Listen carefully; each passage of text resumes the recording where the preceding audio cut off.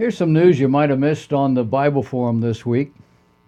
UNESCO, the United Nations Educational and Scientific and Cultural Organization, is a specialized agency of the United Nations. Its purpose is to contribute to peace and security by promoting international collaboration through education, scientific, and cultural reforms in order to increase universal respect for justice, the rule of law, and human rights, along with fundamental freedom as proclaimed in the United Nations Charter. Every year, UNESCO scours the nations of the world for human rights violations. Child abuse, abuse of women or minority populations, that sort of thing. Well, this year, again, it's Israel. That's right.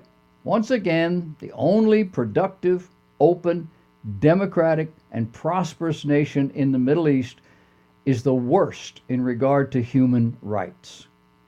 They concluded its month-long session in Geneva by condemning Israel 5 times more often than any other of the 192 UN member states. There were 5 council resolutions on Israel, each one on the likes of hellish countries like Syria, North Korea, and Iran. Libya got an offer of technical assistance. And countries like Russia, Saudi Arabia, China, they were among the 95% of states that were never mentioned at all. In Geneva, Palestinian Representative Ibrahim Kraishi told the council on March 24, 2016, quote, Israeli soldiers and settlers kill Palestinian children. They shoot them dead. They will leave them to bleed to death, end of quote. And in New York, Palestinian Representative Haifa Al-Agha said on March 16, 2016, quote, Israel is directing its military machinery against women and girls. They're killing them, injuring them, and leaving them bleeding to death, end of quote. This in the country of the world everyone is watching. The TV cameras never get turned off in Israel.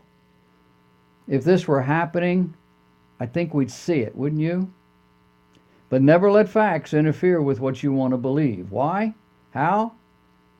Because Israel refuses to recognize the terrorist organization that runs the Gaza Strip, known as the Palestinian Authority. Israel has been forced to build a 25-foot-high wall around her country. She's forced to endure rocket bombardment of her schools and neighborhoods. She's forced to militarize her police to keep the neighbors from blowing people up, stabbing them, hitting them on the head in the streets. In Israel, women still have equal rights. Her children have equal opportunity. There's no forced marriages, no sexual slavery. And yet she's the threat to equal rights in the world. In fairness, somewhat, we're told the folks who vote on these things are carefully screened from any real truth. They're fed carefully crafted views of Jewish life and practice. But didn't any of these people have a smartphone, an iPad, a television? Don't look for it to get better before Jesus comes.